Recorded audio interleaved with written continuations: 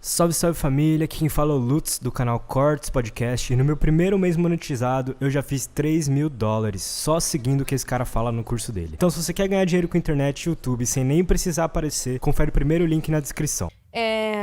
Você, quando começou a investir, eu lembro da história que vocês contaram, ainda assim você tava relutante de ir pra internet, né? Quando você começou a criar conteúdo. Como foi essa transição?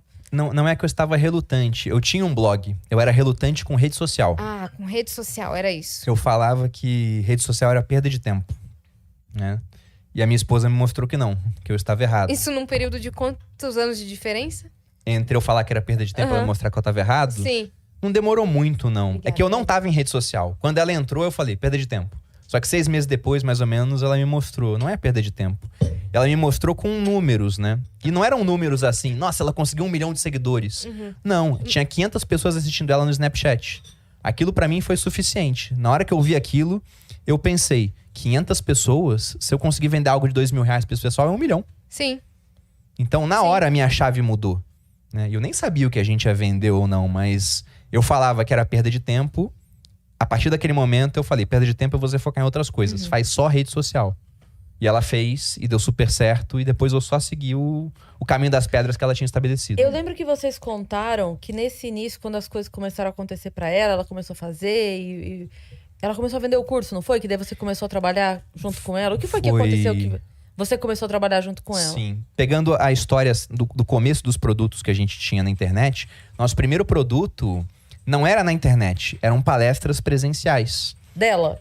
Não, principalmente da Lara Nesteruk, que já veio aqui com vocês. Foi assim que a gente conheceu a Lara. Sim. Eu fui numa palestra dela, em Vassouras. Tem gente que eu conheci naquela palestra que me segue até hoje. Tem uma aluna minha, a Mari, que formou em medicina há pouco tempo, a gente se conheceu lá também. Mas eu fui numa palestra dela, inicialmente. E parando agora para raciocinar, Vassouras eu achei, pertinho do Rio. Não era perto, o trânsito mó ruim, estrada ruim. Mas o engraçado foi o processo para comprar o ingresso para essa palestra. Era uma pessoa que produzia a palestra, contratava o palestrante, no caso foi ela, e vendia os ingressos. Eu queria comprar. Não tinha um site para comprar. Isso era 2016. Eu tive que mandar um e-mail falando, quero comprar. A pessoa respondia e falava, tá aqui a conta. Aí eu depositava e mandava o comprovante. Não tinha uma plataforma. Aí a pessoa... Não tinha. A pessoa respondia e falava, tudo bem, agora o ingresso é teu. Sim. Só que nisso teve fim de semana no meio, não dava pra depositar, não tinha Pix. Então demorou uns 3 dias o processo todo. E eu não sou um cara especialista em programação, nada disso. Meu apelido do time tech do Grupo Primo é Sêneca. Minha habilidade informática remete ao século I depois de Cristo. Só que eu sabia criar uma página de venda. Era simples fazer isso em algumas plataformas, né? No caso, a gente usava e ainda usa até hoje o Como Hotmart. você tinha blog? Pois é. Aí eu falei, nossa, é tão Quem fácil aprendeu a automatizar. programar ali o blog? Pois é, né? e não era nem programação, era algumas caixinhas que você arrastava, né? Era muito Sim. fácil. E aí eu fui na palestra, achei a Uns palestra dela muito códigos, boa. assim. Eu contratei ela pra dar palestra. Então eu falei, vou vender os ingressos. E botei pra vender em uma página automatizada. Vendeu tudo em, sei lá, 1 hora. E aí ficou muito mais fácil de vender. A gente fechou várias palestras com ela. Então o primeiro produto online era palestra. Da Lara. Só que acabou virando, não só dela, contratamos outros, tá. mas principalmente dela. Só que o que aconteceu é que as palestras foram dando certo. E não é complexo fazer uma palestra. Então o pessoal começou a contratar outros palestrantes sobre o mesmo assunto. E por mais que você goste muito de um palestrante, você vai em uma palestra, vai em 2, você não vai em 3, 4, 5 Do palestras. mesmo tema. Só que os palestrantes, como tinham muita gente querendo contratar, começaram a cobrar mais caro. Então nós tivemos o que eu batizei de bolha low carb na época. Palestrantes cada vez mais caros, palestras vendendo cada vez menos. Eu falei, temos que sair desse negócio, não tá dando certo. Algumas palestras deram muito certo, outras deram prejuízo, anulava o ganho que a gente tinha em uma. Sim. E num negócio do simples, não sei se o pessoal sabe aqui, mas tem aquele ditado, né? Eu queria pagar muito imposto, porque se eu tô pagando muito imposto é que eu tô ganhando muito dinheiro. Se você é um investidor, sim. Se você é um empreendedor, nem sempre. Porque se eu gastei 100 mil pra fazer a palestra e eu ganhei 100 mil, eu vou ter que pagar imposto sobre os 100 mil que eu ganhei, mesmo que meu lucro seja 0. E tava acontecendo isso em algumas situações. Eu falei, cansei de palestra, vamos vender curso online. Pega essa palestra e dá online. E eu até falei com a Lara sobre isso. Ela falou, tá bom, vamos fazer. Só que eu só consigo gravar no final do ano. Eu falei, beleza. Então até lá eu vou fazer outra coisa. Aí cheguei pra Malu e falei, vamos lançar o teu curso então dela. Eu não quero lançar nada.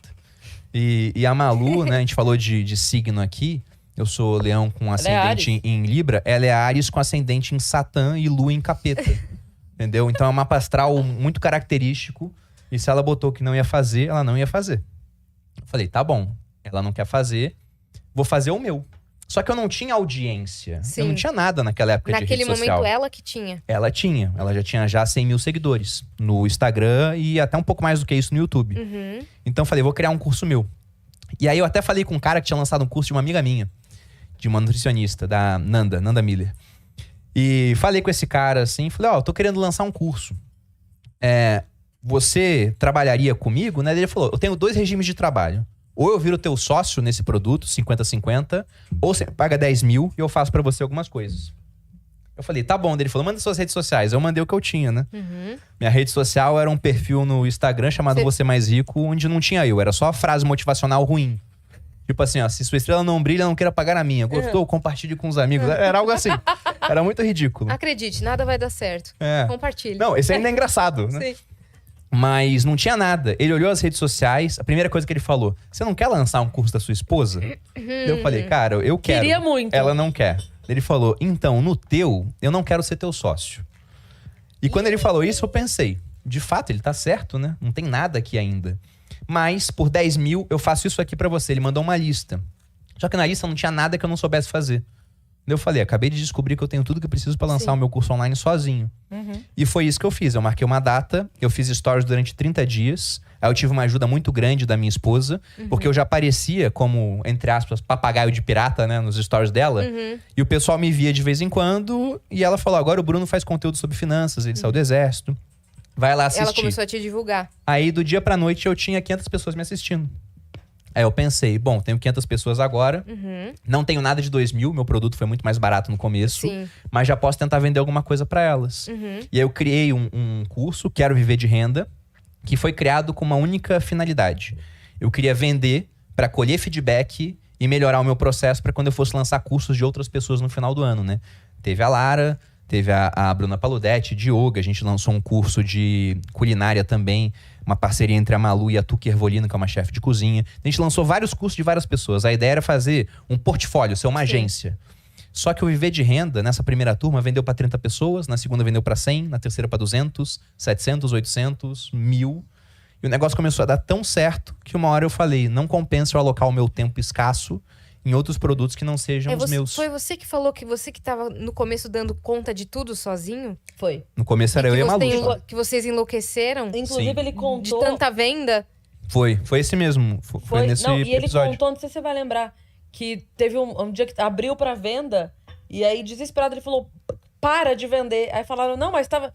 Para de vender. Aí tinha o pessoal que tava preenchendo, você falou, não quero que mande um e-mail Foi pra exatamente recuperar a galera que tá preenchendo. Foi na turma 8. Quem perdeu o boleto, perdeu e foda-se, eu não vou. Que já tava muita coisa pra vocês fazerem. Já, porque nessa turma, até a turma 8, eu trabalhava sozinho. Sim. Eu vendia e eu dava o suporte dentro do curso, né? A parte financeira, tudo. E não dá pra você dar suporte pra 1000 pessoas, né? Então eu sempre limitava as vagas. Limitava em 500, Sim. 600. Mas pra 500 já é muita coisa. Já era. Você vazia. Eu passava horas e horas do meu dia respondendo. Fazia acupuntura na mão, pra não ficar com tendinite. Verdade. Só que na turma 8, foi um período que eu fiquei uns 6 meses sem lançar uma turma nova, porque eu fiquei com hernia de disco, fiquei meio mal. Foquei no tratamento pra melhorar, né? 5 médicos queriam me operar, teve um que falou que não precisava, eu acreditei nesse um. Levou 10 Isso meses. é hereditário, genético? Então, o meu pai tem, a minha mãe tem, mas eu acho que isso é muito mais por hábitos. Só que eu tenho um problema que eu vim descobrir até com hernia de disco congênito. Eu tenho um negócio chamado síndrome de Bertolotti, que eu não sabia que eu tinha. E olha que eu fiz um monte de exame quando eu era militar, que eu fui paraquedista. Na prática, o que é isso? Você tem a coluna, né? E você tem o processo espinhoso, que são aqueles espinhos do lado da coluna. Na minha última vértebra, eu tenho um crescimento anormal de um desses espinhos que liga no osso do sacro. Sacro, não é no saco, né? Liga. E aí o que acontece é que a coluna, ela tem uma certa mobilidade. Sim. Só que essa minha última vértebra não move, aí tem o disco e a de cima move. E por conta disso, ao longo da vida, eu fiz judô, tinha muita rotação, eu fazia yoga, tinha muita rotação. No Então imagina exército. um moedor de pimenta. Você fica moendo a pimenta. E aqui você tem o disco. Então uma hora saiu, né, o conteúdo do disco. E esse conteúdo saiu, pressionou o nervo e ocasionou hernia de disco. Eu tive cachumba também, que é uma doença que é desmineralizante. Então, foi uma conjunção de fatores que me levou a ter esse problema. E foi grave na época. Eu fiquei 2 meses de cadeira de rodas, a Malu me levando pra cima e pra baixo. Então, por conta de tudo isso, eu não lancei turmas naquele período. Não precisava. O médico falou, você precisa melhorar, foca nisso. Eu foquei naquilo e melhorei. Mas, como eu fiquei um tempo sem lançar, tinha uma demanda reprimida. E eu crescendo em rede social. E o preço era o mesmo da turma antiga. Então, quando eu abri pra vender, a Malu até falou, vai acabar rápido. Na última turma tinha acabado em 1 hora, mas fazia muito tempo que eu não abria. Ela falou, vai acabar rápido. Eu falei, amor, não vai acabar rápido.